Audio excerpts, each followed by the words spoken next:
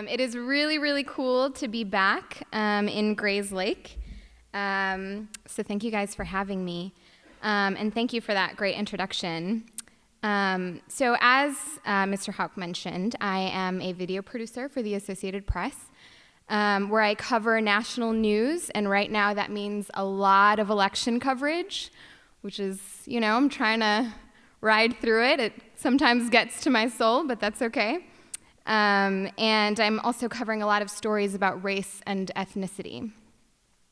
So being a video producer means that I get to decide what footage and sound bites to use when crafting a video report and in what order. And sometimes I do the reporting myself, sometimes I write a script to frame the piece, and then I use editing software to package it all together. So it was really exciting for me to hear that Timothy is an aspiring film director, filmmaker. That's awesome. I don't know much about the film world, but there are some similarities in journalism as well. And before I worked at the APA, like Mr. Houck mentioned, I spent a few years at the PBS NewsHour. And before that, I graduated from Grayslake, go Rams, and I was sitting here in this very auditorium 9 years ago.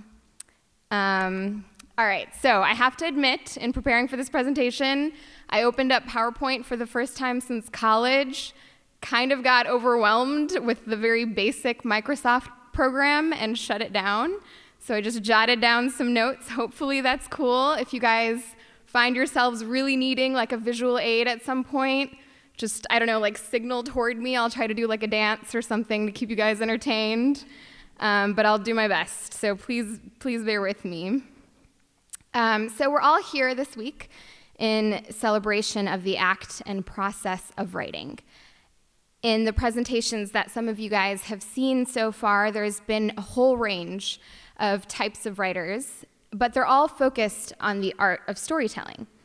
And they're using their storytelling powers to transport you to what lies beyond this very moment, time and place.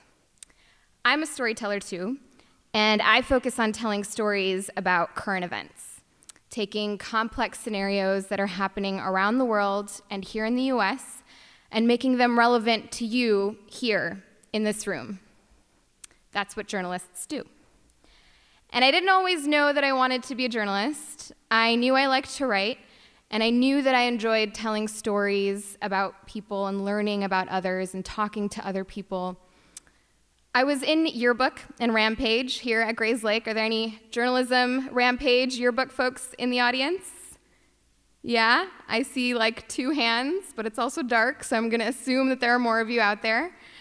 And I enjoyed that. I loved my time in those classes and spending time with, at that time it was Mr. K, who was the Rampage editor, and Mr. Barry, who I know has since given up Yearbook, but that's okay. It was a good time with him when I was there. But I didn't ever think that there was a career to be made of journalism. I also did this thing that a lot of kids of immigrant parents do, which is to sort of assume a lifetime of medicine as a career. And I always thought that, I thought science was really cool, and I thought I enjoyed it. And it wasn't until I got to college that I realized I wasn't good at it, like, at all. So I went in undecided when I got to college, and I was sort of considering 2 paths. I was like, okay, I like journalism, but that's totally not practical, so I'm gonna consider this pre-medicine route. So I took chemistry, my first semester of college.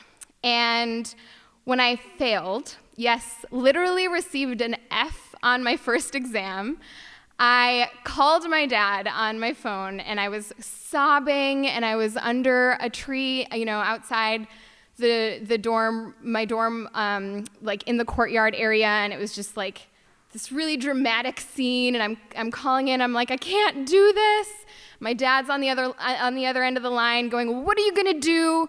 You're giving up on life. What are you gonna do now? And I was like, I don't know, journalism? And he was like, what is this journalism? And I was like, oh man, all right, so this is gonna take some convincing.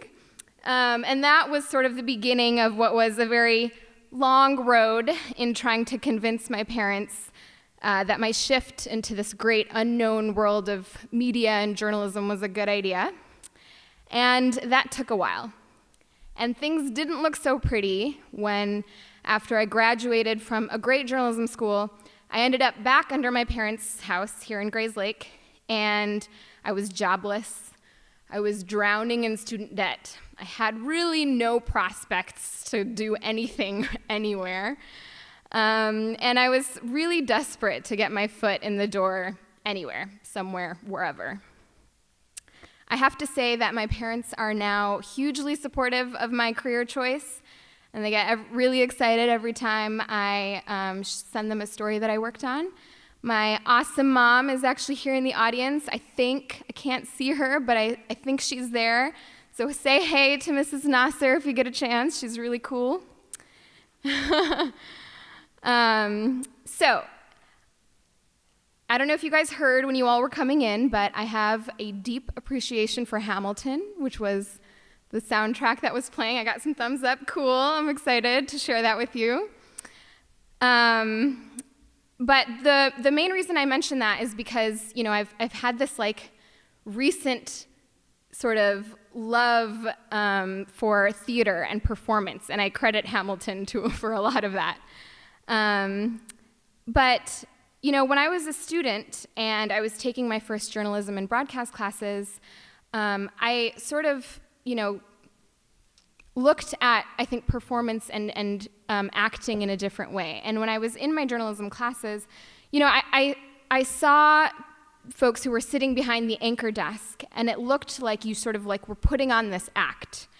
Sitting there, you've got a lot of makeup on, and you sit there looking really official and poised, and your voice gets deeper, you enunciate all of your words, your inflection and your tone changes as you report and tell the stories of the day to people around the nation.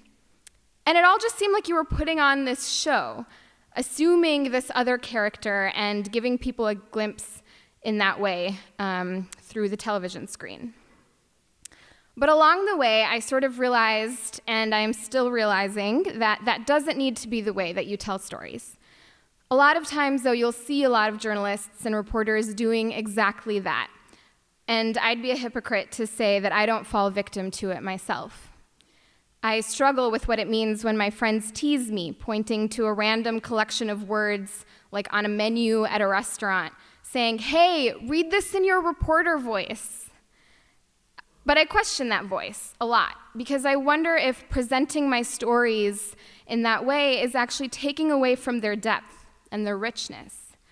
Where is the human connection that makes stories so relevant? And is there a sense of empathy that is lost when we package reports so tightly and concisely, cutting up sound bites and from interviews and slicing them up to make them say whatever it is we want them to say?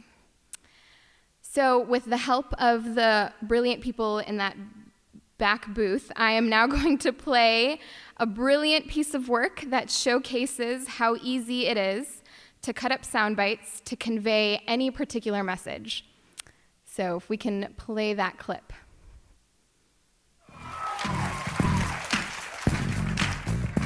Instead of acting up, then you take her friend. I don't endorse any of that message. Okay, so that was a bit of a stretch, but you can see how, you can cut up anything to sound like anything, and there is great power in that, thanks to the wonderful work of Jimmy Fallon and his brilliant team, and Brian Williams, of course. But yeah, so that was pretty awesome, right? But going back to the idea of empathy and fostering connection through storytelling, I question, do we further widen the gap between storyteller and the subject of the story when the journalist is intent on getting the best soundbite, for example, as opposed to actually listening to what the person is saying, to what the person they're interviewing is actually telling them? Now, I don't want to dig us all into a giant existential journalism hole. That can be a really dark place, trust me. But I do think it's important for everyone, the journalists and the consumers, to think about these things when it comes to the media. I want to pivot slightly and play another piece for you, one that I worked on last year when I was a producer at the NewsHour. In the wake of the violence and protests that erupted in Baltimore after Freddie Gray's death last spring, a colleague and I went to the city and to Freddie Gray's neighborhood to talk to residents about how they felt after a week-long curfew was finally lifted in the city. So here is that piece. Baltimore was mostly normal today, but with a bad case of jangled nerves, especially after conflicting accounts this afternoon of another police encounter near the scene of last week's riots. Baltimore police, however, say no one was shot. This weekend, after Mayor Stephanie Rawlings Blake lifted a 6-day curfew, we found city residents mostly breathing a sigh of relief.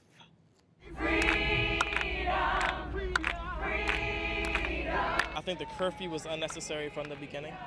I'm glad the mayor pulled the curfew back because it was really hurting Baltimore businesses and it really wasn't helping anyone. But I guess the city officials have peace of mind. I can finally work a full night again and possibly make some more money. So I'm pretty happy about that because that's been the most painful thing for me. So I'm a creature of the night. And, having to be home by 10 p.m. is just strange when you're almost 50. It's such a relief to have this Target open. My dad gets his medicine here. If he does not have insulin, it's life-threatening. Coming here now, seeing this mall open and that sign up there that says Mondama Strong, we are. I grew up here, and I've never seen this city come together the way it has in the last, week or so. I mean, it's wonderful. It brings tears to my eyes because, it took all of this to get some justice. State after state, all of these black males are being shot and killed by the police, and nothing is being done. And it took a riot for us to get some justice. But in the long run, it hurt us. It actually made me feel sick that our kids had to go to such a huge extreme just to feel like to be heard. If you come into the inner city, the neighborhoods, they defund our school system, A lot of our rec centers are closed. When I was growing up, you had a whole block of people who cared about you and would take time out, The older gentlemen in the neighborhood would tell the youth what to do, but now pretty much they on their own to fend for themselves now. These kids, they need an outlet, If they don't have an outlet, if they don't have a way to express themselves, the only thing they know is to be destructive. I went to a recreation center. It gives the kids things to do so that they're not just outside running around. As far as them closing them, I don't think it was a good idea because most recreation centers I used to go to, when you get there after school, their main goal was for you to finish your homework before you could do anything. Without all the chaos, we can avoid all this curfew, looting, fires, and protesting. I was out, but once it started to get too bad, all the rioting, I didn't want to take part of anything. Finishing the protesting is to try to get justice, not tear down the city and loot and burn down the city. My hope is that we can level the playing field for disenfranchised people. We can be heard. They can feel like they're being heard. These kids is coming up. They watching everything we do. I just pray for Baltimore, and we'll make it. We'll be all right. So, as you could tell from that clip, we spoke to a whole range of different people.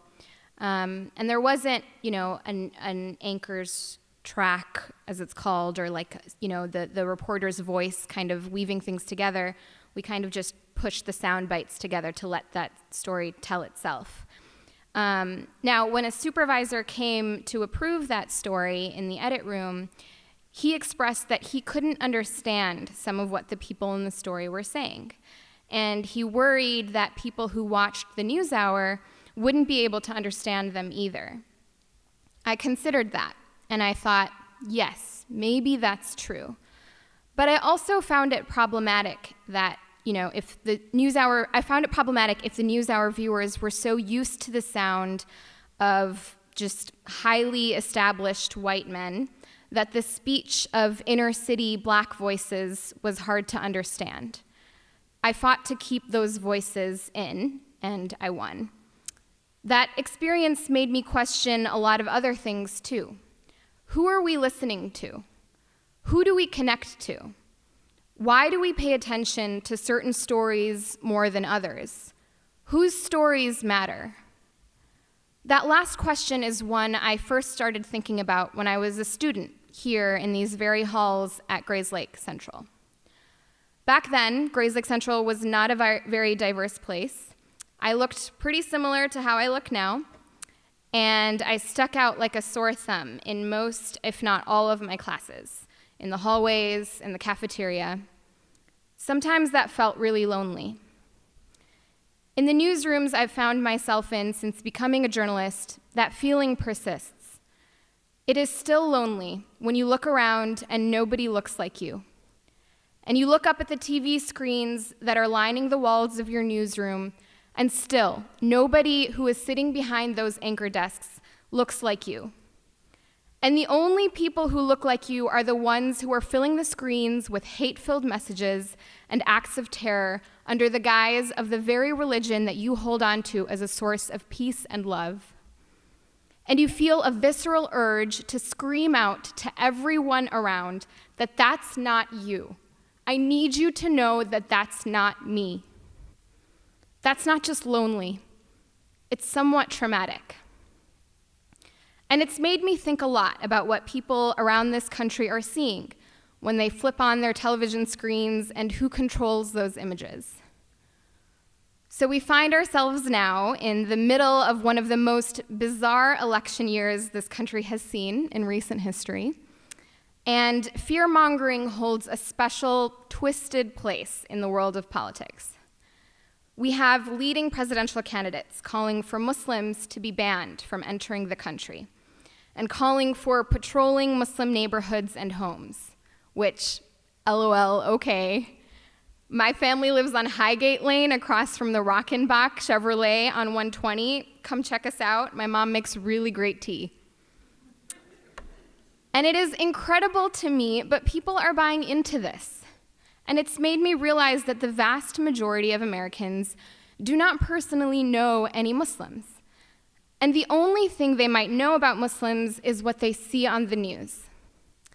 So then what responsibility does the media have in presenting an accurate portrayal of this dynamic American community that has been actively engaged for generations, that is in fact part of the very foundation of this nation from the time Africans were brought over to these shores as slaves? And what responsibility do I have as a journalist and a Muslim and a woman of color to elevate a more accurate portrayal of that community? Those questions are, in part, what led me to report on this next story, pegged to Martin Luther King Jr. Day, on African American Muslims who were involved in the civil rights movement and how they are perceiving Islamophobia today. So with the help of the cool folks in the booth back there, if you guys wouldn't mind. Cool. This was a piece I worked on this past January. For many, Martin Luther King Jr. Day is a time to honor the achievements and legacy of the civil rights leader. For others, it's a time to reflect on their own involvement in the civil rights movement through activism that was evolving across the country. We were picketing around the campus because they were not allowing African Americans or people of color to rent some of the apartments in the area. And that's when King came up. Absolutely fabulous. Just so inspiring. The darkest moment may be that moment just before the dawn of a great fulfillment. Katara Alim first joined the movement in Massachusetts as part of the Student Nonviolent Coordinating Committee. I think what inspired me was seeing people around my age standing up in front of the dogs and withstanding the water hoses and saying, yes, God is on our side and we're going to do this. They faced police dogs, clubs, and electric cattle prodders. We were fearless. We certainly knew as we were going down south the danger, but that was so far in the back of our minds because of this energy. For Ibrahim Mu'min, that same sense of urgency and awareness began when he was just a teenager living in the segregated South. As a young 15-year-old in Columbus, I was pretty angry and upset about the condition of black people in Columbus, Georgia. But there is another part of both Mu'min and Alim's identities they say has led them to continue their fight for justice. They are both Muslim. The African-American Muslim, remember now, came out of segregation. Segregation is American apartheid, oppression, being mistreated because of your race. Mu'min says he, along with other Muslim Americans, have grown concerned by the anti-Muslim rhetoric being spread by politicians and presidential candidates. Total and complete shutdown of Muslims entering the United States. It's the same technique and the same strategies that have always been used. If Martin Luther King were alive today, what would he say to Donald Trump and to Ben Carson when they talk about banning Muslims from the country or a Muslim can't be run for president? Obviously, he would object to that. For both Mu'min and Alim, the message they want to give other Muslim Americans worried about Islamophobia is one of perseverance and unity. We know how to live through this because we lived through the KKK. We have to continue to fight against racism, Islamophobia, all the isms that fearful people try and impose to try and blame other people for the problems that exist in the society. But Alim says those battles cannot be fought alone. It has to be together. It absolutely, we have to do it together. Muslim, Christian, Jew, white, black, north, south, east, west. We have to find those connections with those people to stand and correct this together. Noreen Nasir, Associated Press. So I really liked working on that piece, not only because I tried to present part of the Muslim American community in a dynamic way, but also because it served as a reminder that history repeats itself. And we have seen hateful rhetoric like this spring up against different ethnic and religious groups in the past, which is a scary thought, but perhaps in understanding it, we can learn to move forward. And I was grateful that my editors thought that that story was one worth telling. Now, I know I mentioned Hamilton earlier. I'm going to mention it again because I'm just that obsessed. So to quote Mr. Aaron Burr in that great Broadway musical, I want to be in the room where it happens, the room where it happens, the room where it happens. You've kept me from the room where it happens for the last time. You have no idea how much I want to continue singing right now. But I will spare you from that one-woman show. Maybe another time, not today. But there is power in the rooms where decisions are being made about what stories will be on the night's show, or what angles to pursue for a particular story, what experts to talk to. And there is power in the editorial judgment when I produce and edit video from my desk, choosing which shots and which sound bites to use in my pieces and in what order I put them in. On my worst days, and often I have my worst days, I am exhausted. I am tired and scared and lonely and feel stretched too thin with the burden of wanting the world to look past the frightening images they see on the nightly news and see the humanity in people who might look and sound a little different than the white men they are so used to seeing and accepting as figures of authority and intelligence. I literally would rather crawl under my desk and take a nap. But on my best days, I am there with my story ideas, and I work to have my stories be told in a way that is inclusive of the diverse voices that makes this country so great. And with a sense of empathy and understanding that forms a connection between the storyteller and the subject, especially if that subject isn't someone you might otherwise see on your TV screen.